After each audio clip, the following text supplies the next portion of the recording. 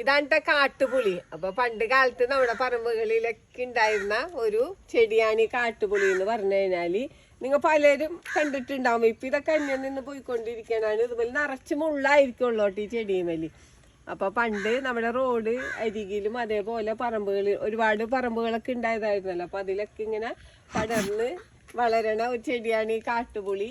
ഇപ്പൊ കണ്ടേ, ഇപ്പൊ അതിന്റെ അരിയിൽ കാരണോട് ഒരു നല്ല അലങ്കാര ചെടിയൊക്കെ ആയിട്ട് നിക്കണുണ്ടല്ലോ. ഇതിന്റെ പൂക്കൾ എന്ന് പറഞ്ഞു കഴിഞ്ഞാല് ഇതിപ്പോ പൂ വിടർന്നിട്ട് ഇങ്ങനെ ചുരുങ്ങിയേക്കണാണ് വൈകുന്നേരം ആയപ്പോ.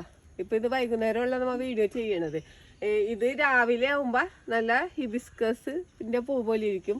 നല്ല മഞ്ഞ കളറ്, ഉള്ളില് നല്ല കാപ്പി കളറൊക്കെ ആയിട്ടുള്ള പൂക്കളായിരിക്കുള്ളൂ, നിറച്ച് പൂക്കളായിരിക്കുള്ളൂ. വൈകുന്നേരം ആവുമ്പോ ഇതിന്റെ മൊട്ടുകളാണ് ഈ കാണുന്നത്. കണ്ട ഇതിന്റെ മൊട്ട്. ഇപ്പൊ പണ്ടത്തെ ഈ കുട്ടികളൊക്കെ സ്കൂളിൽ പോകുമ്പോഴൊക്കെ ഇതൊക്കെ കാണുമ്പോ പറിച്ച് കഴിക്കുമായിരുന്നു. ഇതിന്റെ ഇലകളൊക്കെ നമുക്കൊരു പുളി രസമൊക്കെയാണ്. നമുക്ക് ഇതേപോലെ കണ്ട ഇതിന്റെ ഇലകളൊക്കെ നമുക്ക് കഴിക്കാനൊക്കെ ഒരു പുളി രസം. നമുക്ക് ചമ്മന്തി അരക്കാനോ നമുക്ക് നല്ലൊരു പുളി രസമാണ് ഇതിന്. അപ്പൊ നമുക്ക് ചമ്മന്തി അരക്കാം, സൂപ്പ് ഉണ്ടാക്കാം, സലാഡിനൊക്കെ ഉപയോഗിക്കാം. പിന്നെ ഒരുപാട് ആരോഗ്യ ഗുണങ്ങളുള്ളതാണ്.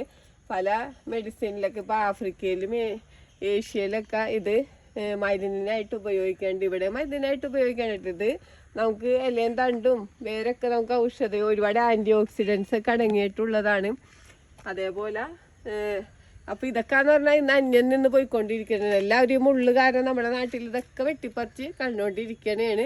സ്കിന്നിന്റെ ഡിസീസസിനൊക്കെ നല്ലതാണ്. അതേപോലെ നമുക്ക് പനി വരുമ്പോഴൊക്കെ നല്ലതാണ്. മലേറിയക്കൊക്കെ ഉപയോഗിക്കുന്ന ഒരു ഔഷധ ചെടിയാണ് കേട്ടോ. അപ്പൊ നമുക്ക് ഇപ്പൊ ഇത് നിങ്ങളിൽ പലരും ഇപ്പൊ ഇത് കണ്ടിട്ടുണ്ടാവൂല. അപ്പൊ അതാണ് ഞാനിപ്പോ ഇത് വീഡിയോ ചെയ്യാൻ കാര്യം. കണ്ട നല്ല ഭംഗിയാണ്. നല്ലൊരു അലങ്കാര ചെടിയൊക്കെ ആയിട്ട് നട്ട് വളർത്താം. നമുക്ക് ചെടിച്ചട്ടിയിലൊക്കെ നട്ട് വളർത്താൻ പറ്റിയതാണ്. മുള്ളാണ് മെയിനായിട്ടുള്ള പ്രശ്നം. അല്ലാണ്ട് വേറെ കീടങ്ങളുടെ ശല്യങ്ങളോ ഒന്നും തന്നെ ഇല്ലാത്ത ചെടിയാണ്. ഇതിൻ്റെ ഈ മൊട്ടുകൾ കണ്ടില്ലേ നിങ്ങൾ, നല്ല മനോഹരമാണ്. കണ്ട ഇതേപോലെയാണ് ഇരിക്കുന്നത്. കണ്ട ഇതേപോലെയാണ് ഇതിൻ്റെ മൊട്ടുകൾ ഉണ്ടായി വന്നേക്കണണ്ട. ഓരോ തണ്ടിൻ്റെ ഇടയിലും പൂവും മൊട്ടുകളായിരിക്കുള്ളൂ. ഇത് പൂവിട്ട് തുടങ്ങി കഴിഞ്ഞാല്.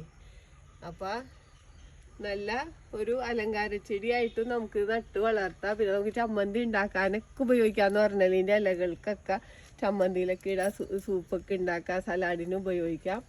അപ്പം ഇത് നിങ്ങൾക്ക് നട്ട് വളർത്താൻ താല്പര്യമുള്ളവർക്കൊക്കെ നട്ട് വളർത്താം.